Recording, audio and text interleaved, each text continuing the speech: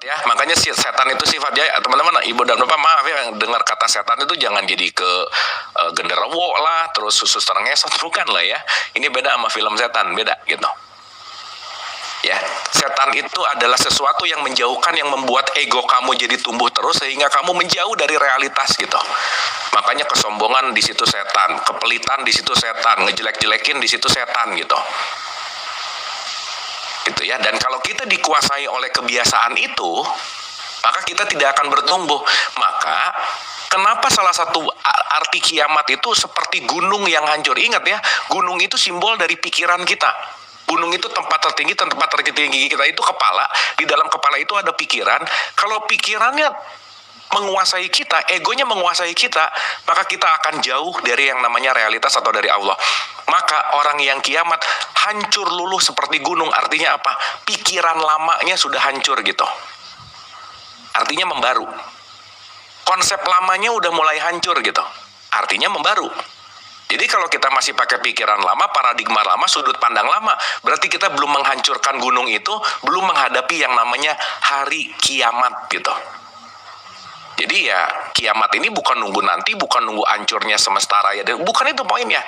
Tetapi hancurnya konsep lamamu sehingga kamu lebih bisa menerima keadaan seapa adanya. Contoh, kalau kita selalu menganggap apa yang kejadian sama diri kita adalah hal buruk dan diulang-ulang, maka setiap kejadian pasti akan buruk.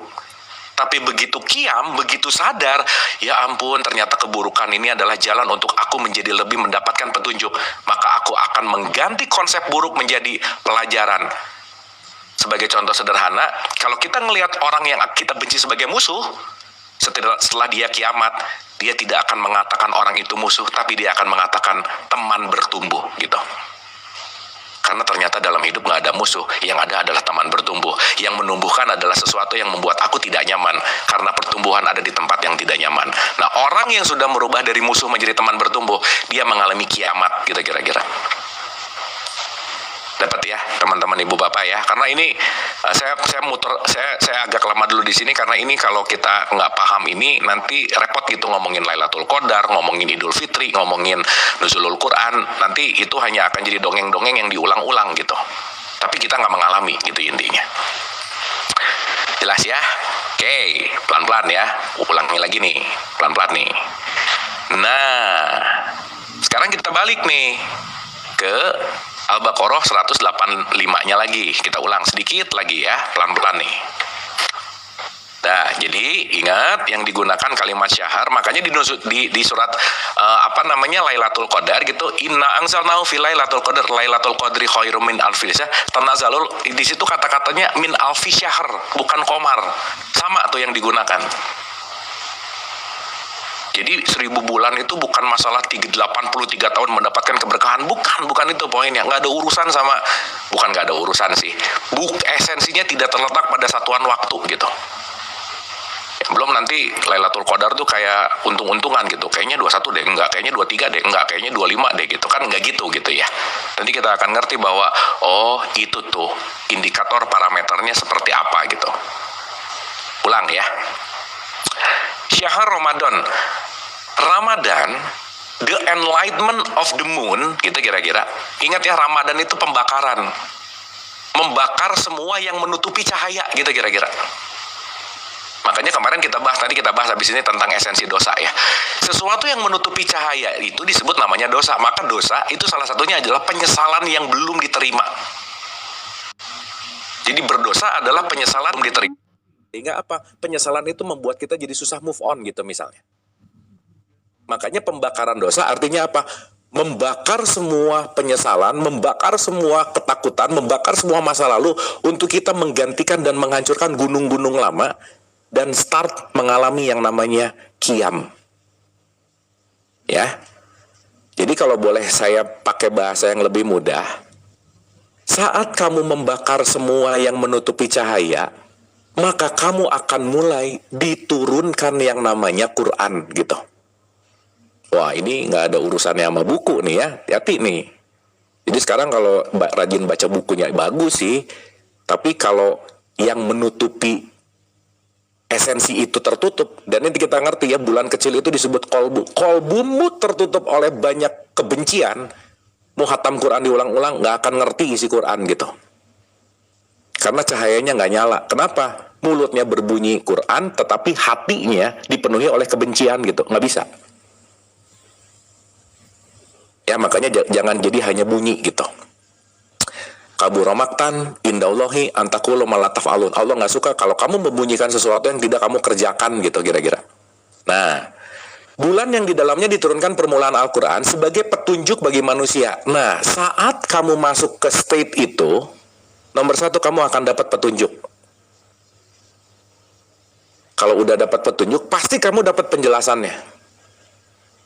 Dan penjelasan itu akan membuat pembeda atau yang disebut furqan, di mana pembeda itu yang akan mendasari semua pilihan-pilihan hidup. Di mana itulah nanti yang akan membentuk konsekuensi dalam hidup gitu. Jelas ya? Nah, kita tulis dulu nih. Oke, pelan-pelan ya teman-teman ya. Duh, mudah-mudahan dapat nih. Satu nih. Kalau kamu sudah mulai membakar semua yang menutupi bulan-bulan ini nggak kelihatan, gitu kira-kira. Nanti akan mulai terasa cahayanya gitu. Dimana kalau cahaya itu mulai terasa, nomor satu, kamu akan mendapatkan petunjuk. Dari mana dapat petunjuknya? Langsung dari distributor utama. Bukan dari subagen gitu, bukan dari siapa-siapa gitu. Meskipun siapapun di luar diri kita punya potensi untuk menghantarkan kita menuju kepada petunjuk yang langsung ke distributor utama gitu. Jangan salah ya, orang yang kita benci, orang yang kita nggak suka, bisa jadi jalan untuk kita menuju kepada kesabaran, dan jalan sabar itu yang akan memasukkan kita untuk membersihkan kotoran-kotoran yang menutupi bulan. Dan itu yang akan membawa kita menuju kepada enlightenment gitu. Jadi, berterima kasihlah kepada orang yang menyakiti kita. Berterima kasihlah kepada situasi yang membuat kita tidak nyaman. Kenapa? Situasi-situasi seperti itu justru membakar kotoran-kotoran kolbu kita, batin kita, sehingga berpindah dari yang kotor tidak terlihat, nanti jadi bulan sabit, nanti jadi purnama total gitu kira-kira. Gitu ya, makanya di berbagai semua ajaran, semua kata kunci yang tertinggi dalam hidup adalah belajar untuk mencintai musuh gitu. Belajar untuk memaafkan orang yang dibenci. Dan nanti kita ngerti kenapa Nabi Muhammad diludahin, tapi yang ngeludahinnya dikasih makan gitu. Kan akhlak itu yang penting untuk dicontoh, bukan bajunya aja gitu. Bukan cara makannya aja gitu. Ya, nanti kita akan ngerti. Kita ngikutin Nabi Muhammad tuh aku empatnya, aku tiganya, atau aku duanya gitu. Jangan-jangan cuman aku empatnya aja yang diikutin, cara makannya, cara berpakaiannya. Tapi justru esensi yang paling esensinya justru malah tidak diikuti gitu. Ya, nah, yang kedua, kalau enlighten itu udah mulai datang, pasti akan mendapatkan yang namanya penjelasan. Makin clear gitu. Artinya di sini akan ada clear seeing, melihat dengan clear, dan clear thinking, berpikirnya jernih. Ketika pikiran dan thinking dan seeing gitu ya, pikiran dan melihatnya jernih, nomor 3, kita akan punya furqan atau pembeda, di mana furqan ini yang akan menentukan decision, keputusan. Ingat ya, tiap detik kita mengambil keputusan. Pertanyaannya, keputusan di wilayah syaitan atau keputusan di wilayah Allah? That's your choice. Sesaat keputusan ini nggak ada petunjuk, nggak ada penjelasan, kita akan mengambil keputusan yang namanya kompulsif, namanya reaktif. Dan yang menarik adalah, kebanyakan keputusan diambil tidak sadar. Maka seseorang yang mengambil keputusan tidak sadar, dia akan kaget menerima konsekuensinya gitu. Jadi kalau kita bicara dalam konteks keputusan, ambillah keputusan dengan sadar supaya kita juga siap menerima konsekuensinya gitu. Jangan sampai memutuskan tapi tidak siap dengan konsekuensi gitu. Ya, dapat ya. Semoga ini dipahami nih.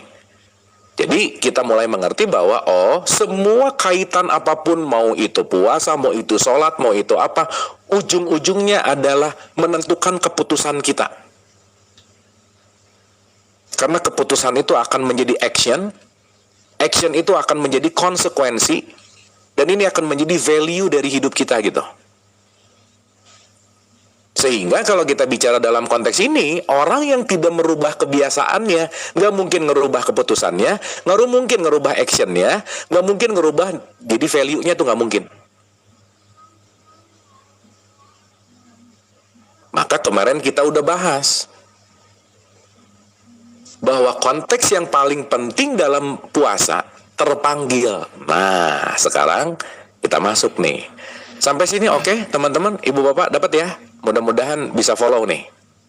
Oke, aduh siang-siang jam segini lagi lapar-laparnya diajak mikir lagi. Mudah-mudahan aman ya. Oke ya, pelan-pelan ya. Nah, kita lanjut nih. Oke. Kita ini bagi dua ya, soalnya ini panjang pembahasannya. Jadi ini Nuzulul Quran part 1 gitu. Oke. Kita ulang ya 185-nya. Berarti ini udah ngerti ya sekarang ya. Oke, pembakaran titik-titik hitam, diturunkannya enlightenment, 1 ada petunjuk, 2 lebih jelas, yang ketiga saya punya furqan. Nah, ini yang paling penting, bukan paling penting sih, ini bagian penting di pertemuan ini. Berikutnya, faman syahida minkum, syahar lagi nih kalimatnya, bukan komar ya, berarti ini selaras dengan kalimat yang awal, kata yang awal, sorry. Falyasumhu. Faman syahida minkum, kalau kamu syahidah dari syahadat sama, kalau kamu menyaksikan si syahar itu, gitu.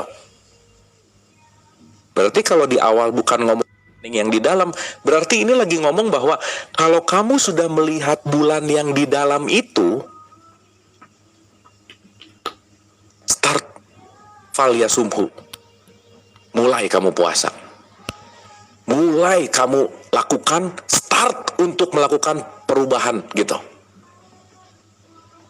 Nah, cuman memang diterjemahkan bebasnya, karena itu barang siapa di antara kamu hadir di negeri tempat tinggalnya di bulan itu, maka hendaklah ia berpuasa pada bulan itu. Nah, sebenarnya ya boleh-boleh aja sih.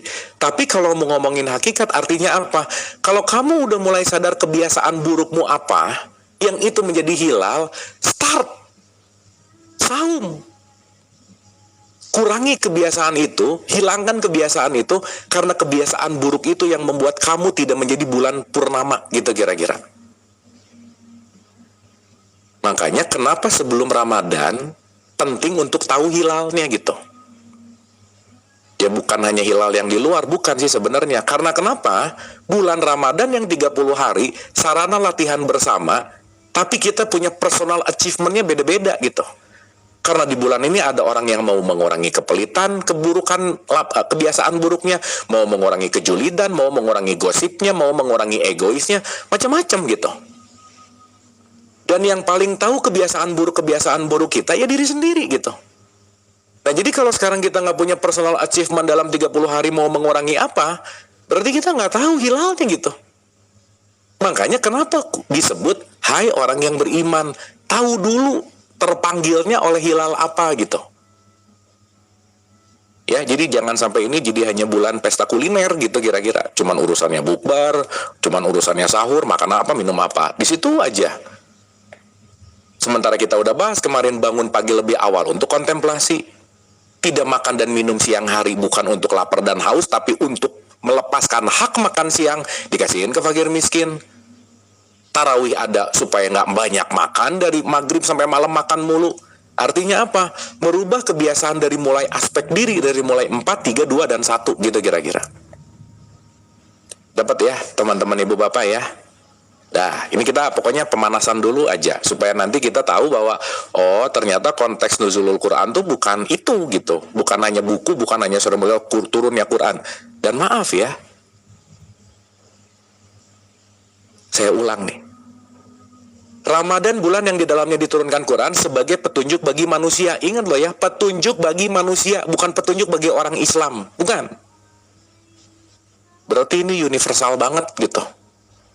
Karena berbicara manusia. Ya. Huda linnas means manusia, berarti nggak ngomongin identity gitu. Siapapun yang melepaskan kotoran-kotoran kolbunya, kamu akan dapat nuzulul Quran, bukan bukunya, tapi the pure enlightenment gitu, petunjuk sejati gitu. Ya. Nah, sekarang saya akan relate-kan dulu ya. Jadi saya ulang dulu sedikit, kita review sedikit nih pemanasan kita. Jadi sekali lagi, bulan Ramadan dan Ramadan dua hal yang berbeda. Kita tidak berbicara masalah hanya month, tapi kita juga berbicara masalah moon. Moon itu adalah kaitannya dengan light, kaitannya dengan petunjuk, kaitannya dengan cahaya, kaitannya dengan enlightenment. Jadi kalau kamu mulai merubah kebiasaan, kamu akan menuju diri yang baru, dan kamu akan masuk kepada enlightenment gitu kira-kira. Jelas ya, Ibu dan Bapak ya? Nah, sekarang kita akan kaitkan ini ke esensial diri gitu. Kita ngomongin di diri.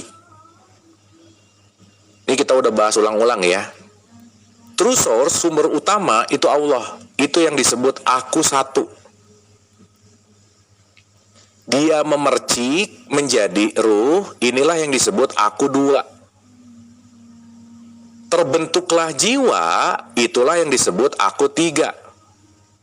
Diwadahin pakai jasad dan identitas, itulah yang disebut aku empat. Jadi at least ketika kita melihat siapapun orang misalkan, at least ada 4 layer ini. Jangan hanya menilai yang aku empat, karena aku 3, 2, dan 1 nggak kelihatan. Dapat ya? Nah, sekarang pertanyaannya, berbicara dalam konteks yang namanya saum, siam, yang kita niatkan itu, nawaitu saum. Itu berarti ada di sini nih, di aku 3, saum. Sementara di Al-Baqarah 183, ya ayyuhalladzina amanu kutiba alaikumus siam. Siamnya ada di sini gitu. Berarti ada regulasi fisik dan ada regulasi mental gitu kira-kira. Karena begitu regulasi fisik dan mentalnya dalam tanda petik selaras, maka kita akan bisa masuk mengakses the higher self kita, diri yang lebih tinggi dari kita, bukan hanya dalam konteks jasad dan jiwa, tetapi masuk kepada esensi yang namanya percikannya, gitu kira-kira. Ya, saya kasih contoh teman-teman, Ibu Bapak. Kalau kita bicara dalam konteks turunnya Quran, maaf ya, kalau kita membatasi yang kita tahu Quran itu adalah 6.236 ayat, jangan salah, itu Quran dalam bentuk aku 4 gitu. Inilah Quran yang tersurat. Dan Quran yang tersurat itu cuma 0,1% dari Quran keseluruhan gitu intinya. Contoh nih ya, contoh nih. Supaya kita mulai menyadari bahwa Quran tuh yang mana? Ingat ya, yang tertulis tersurat itu namanya mushaf. Dibukukan.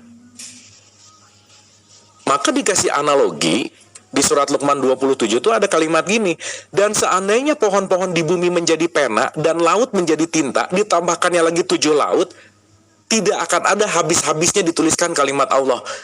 Gak mungkin dong kalimat Allah cuma dibatasi 6.236 ayat. Gak mungkin.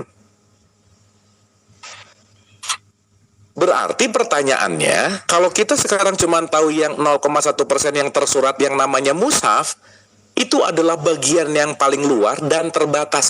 Sementara informasi Quran ini unlimited, tidak terbatas.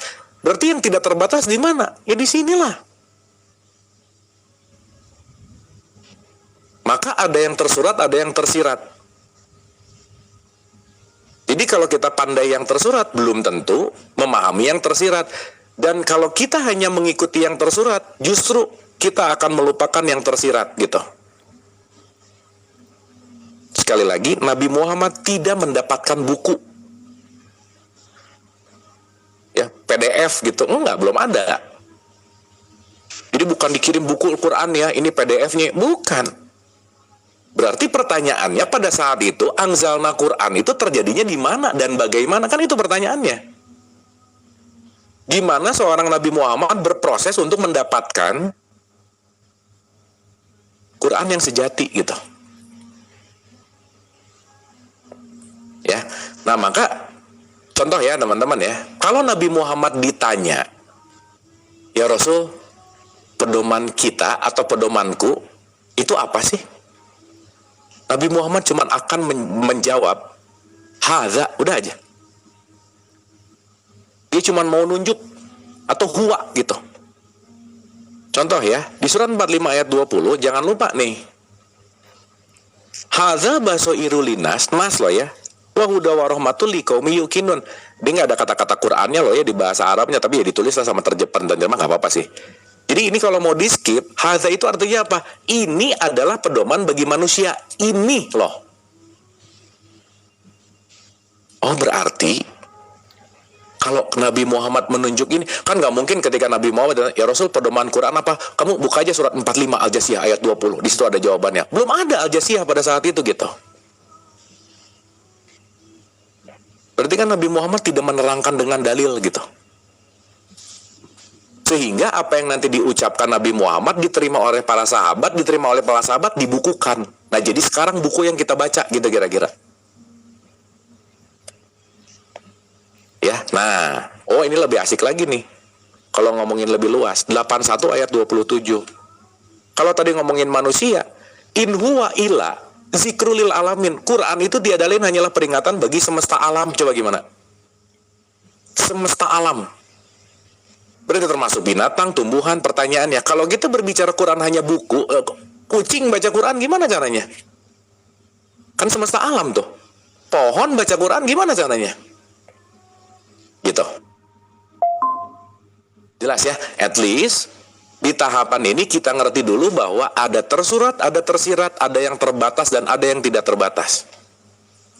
Berarti sesuatu yang tidak terbatas, sumbernya pun dari sesuatu yang tidak terbatas gitu. Yang tidak terlimitasi gitu kira-kira. Dan kalau kita ngomongin kitab di Quran atau di buku-buku suci, kitab itu artinya knowledge gitu, bukan buku. Karena yang penting bukan bukunya, tapi knowledge-nya gitu, pengetahuannya gitu.